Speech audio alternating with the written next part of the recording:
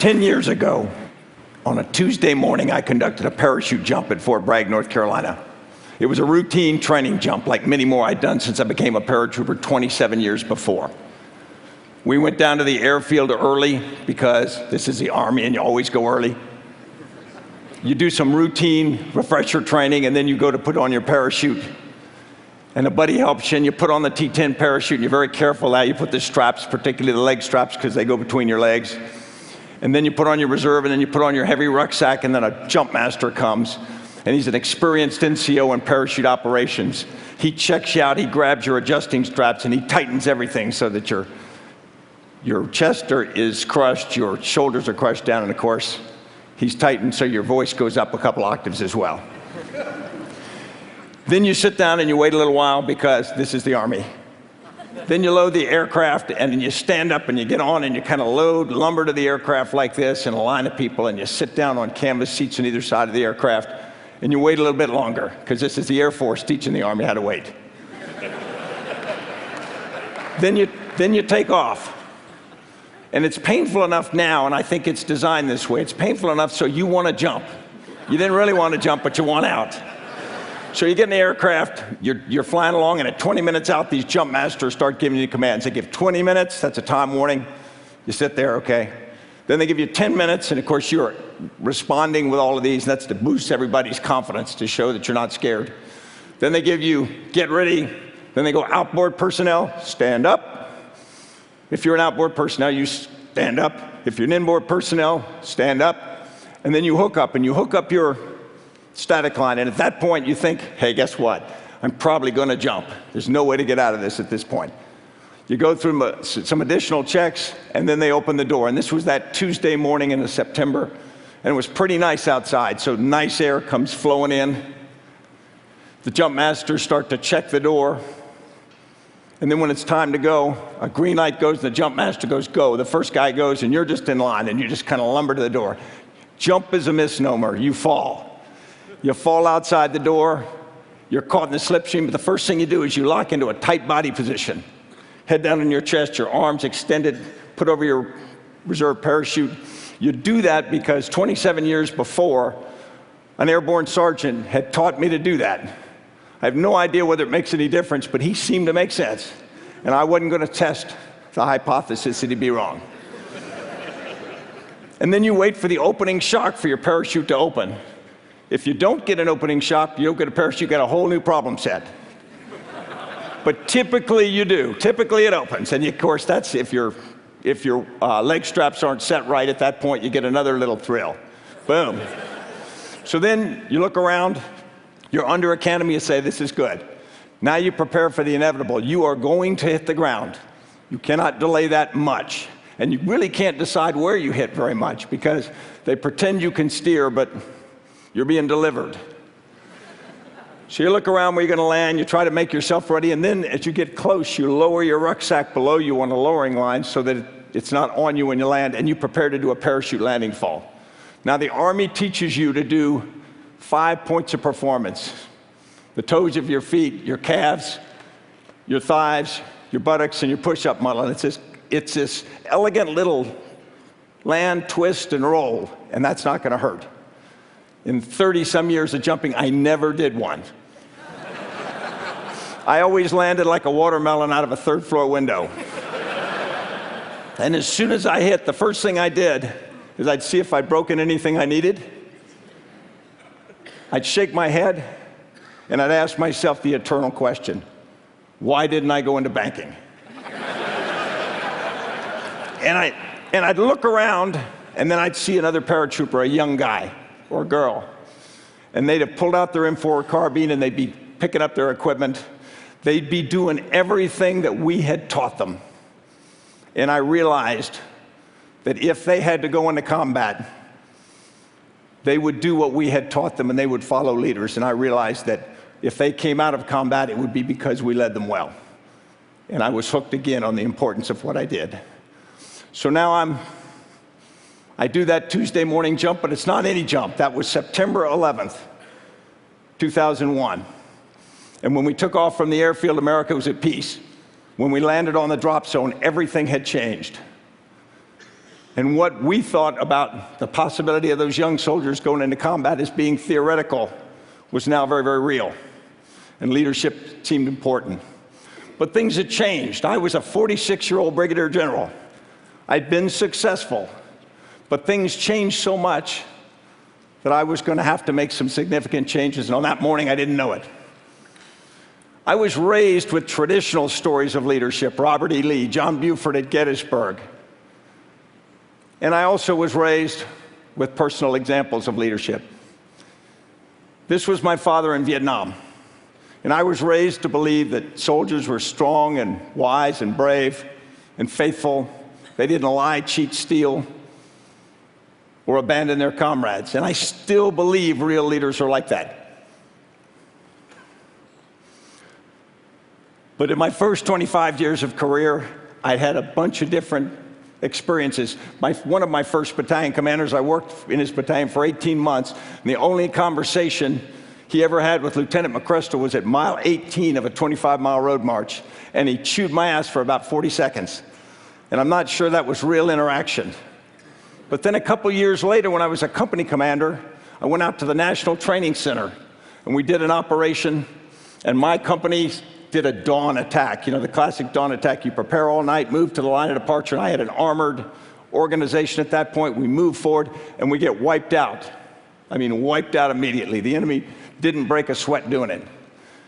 And after the battle, they bring this mobile theater, and they do what they call an after-action review to teach you what you've done wrong, sort of leadership by humiliation. They put a big screen up, and they take you through everything, and then you didn't do this, and you did do this, etc. I walked out feeling as low as a snake's belly in a wagon rut. And I saw my battalion commander because I had let him down.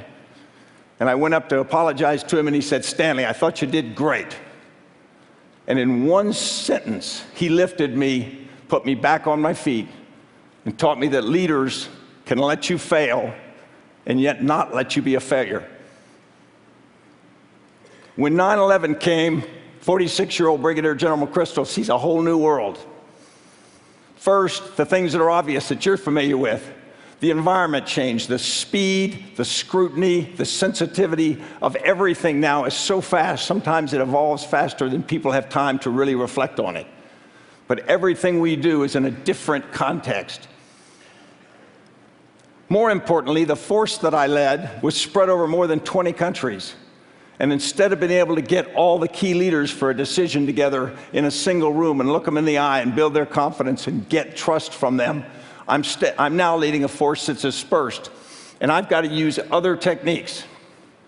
I've got to use video teleconferences. I've got to use chat. I've got to use email. I've got to use phone calls. I've got to use everything I can, not just for communication, but for leadership. A 22-year-old individual operating alone thousands of miles from me has got to communicate to me with confidence. I have to have trust in them and vice versa, and I also have to build their faith. And that's a new kind of leadership for me. We had one operation where we had to coordinate it from multiple locations. An emerging opportunity came, didn't have time to get everybody together. So we had to get complex intelligence together. We had to line up the ability to act. It was sensitive. We had to go up the chain of command, convince them that this was the right thing to do, and do all of this on electronic medium. We failed. The mission didn't work. And so now what we had to do is I had to do reach out to try to rebuild the trust of that force, rebuild their confidence, me in them and them in me, and our seniors in us as a force, all without the ability to put a hand on a shoulder. Entirely new requirement. Also, the people had changed. You probably think that the force that I led was all steely-eyed commandos with big knuckled fists carrying exotic weapons. In reality, much of the force I led looked exactly like you. It was men, women, young, old, not just from military, from different organizations, many of them detailed to us just on a handshake. And so instead of giving orders, you're now building consensus and you're building a sense of shared purpose. Probably the biggest change was understanding that the generational difference, the ages had changed so much. I went down to be with a Ranger platoon on an operation in Afghanistan. And on that operation, a sergeant in the platoon had lost about half his arm throwing a Taliban hand grenade back at the enemy after it landed in his fire team.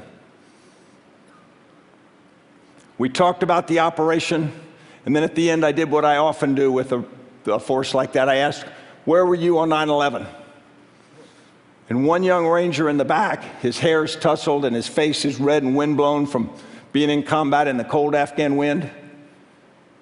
He says, sir, I was in the 6th grade.